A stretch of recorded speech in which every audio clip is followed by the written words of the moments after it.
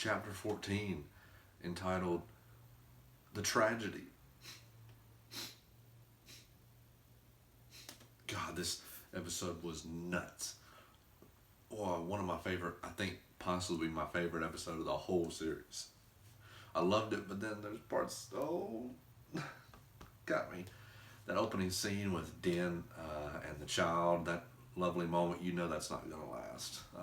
Because first time you heard Din Djarin laugh, then we see the Slave One come in when he comes to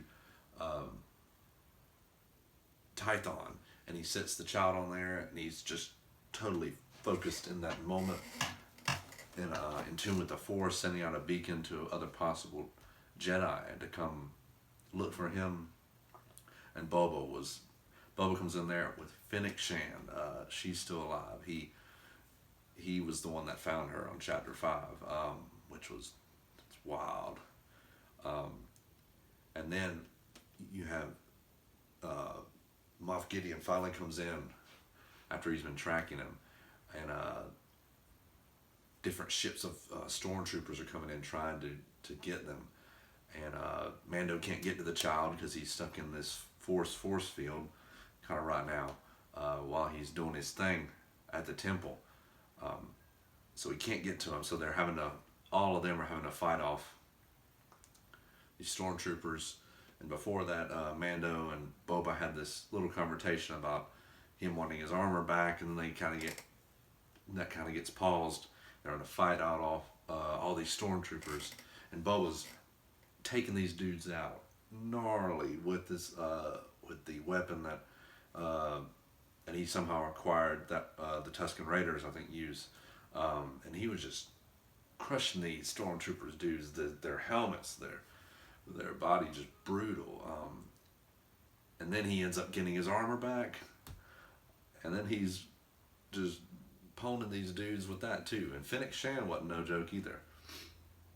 And but then when they finally try to get he go back up to the top of the hill to get the child back, he's out of his trance. But then they sent down dark troopers to get the child, and they get him, and they couldn't get there in time, and the Razor Crest gets blown up, and God, yeah, was nuts. And then you see the child just flinging around, manhandling these stormtroopers, and Moff Gideon lets him have his little fun. And then he knows, you'd think they've had altercations and been around each other before this. You can kind of tell, and he can tell he's getting sleepy when he uses the Force a lot, and he knows this, and he even pulls out the Darksaber, and he's like, no, you can't play with this yet. And yeah, the fact that we're going in next episode,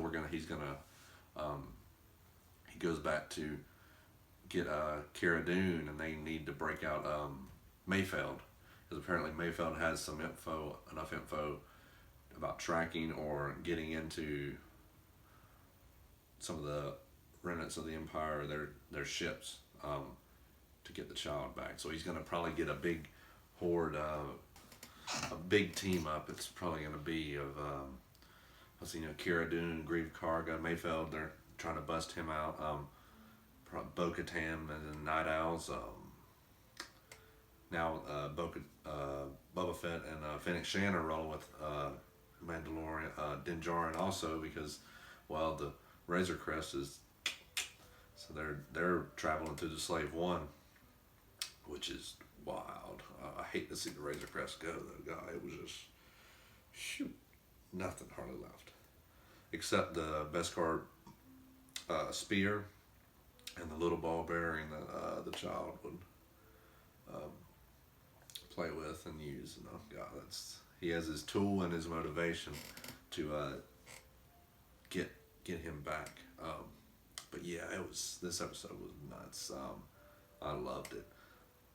The fact that seeing the child in that state of the Force, you can actually physically see the Force too in this case.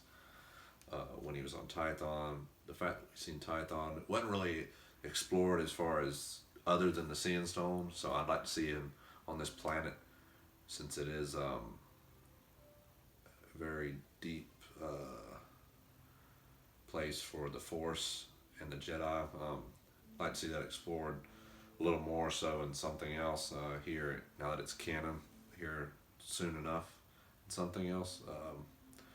And then the fact that Boba Fett, just whether he had armor or not, was just wrecking shop. He proved his worth. I mean, because I wasn't I was kind of in the middle. I did like Boba Fett, but I just didn't think in the original trilogy he had that much time to really totally prove his worth, so to speak. But which I know more in Legends, he had a lot more things going for him.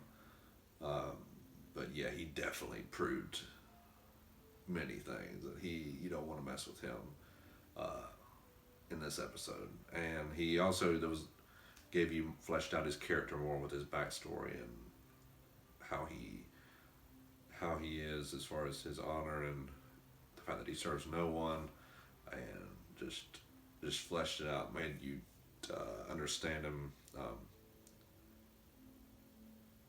grow more attached to Bubba Fett than what a lot of people could have previously. And Fennec Shan was killer, and yeah, God, they got the child. I love this episode, but all that part, oh, hurts too. But I had a feeling it might be coming. But yeah, freaking tastic episode. Now we just wonder, who's gonna respond. Luke Skywalker, Cal Kestis, Ezra Bridger, somebody we don't know, or a dark side user. I'm kind of leaning towards Luke there. You would think at this point, I would think it'd be Luke. But I guess we'll have to wait and see. Only 2 more episodes left. God. But this is my quick thoughts and analysis, kind of chapter 14, the tragedy. Which I knew when I heard that name, I'm like, oh no, this ain't gonna be good. This ain't gonna be good. But it was an amazing episode. If you like this video, give it a thumbs up. Subscribe if you want to see more videos like this. Hope you all have a fantastic day, because this is the way.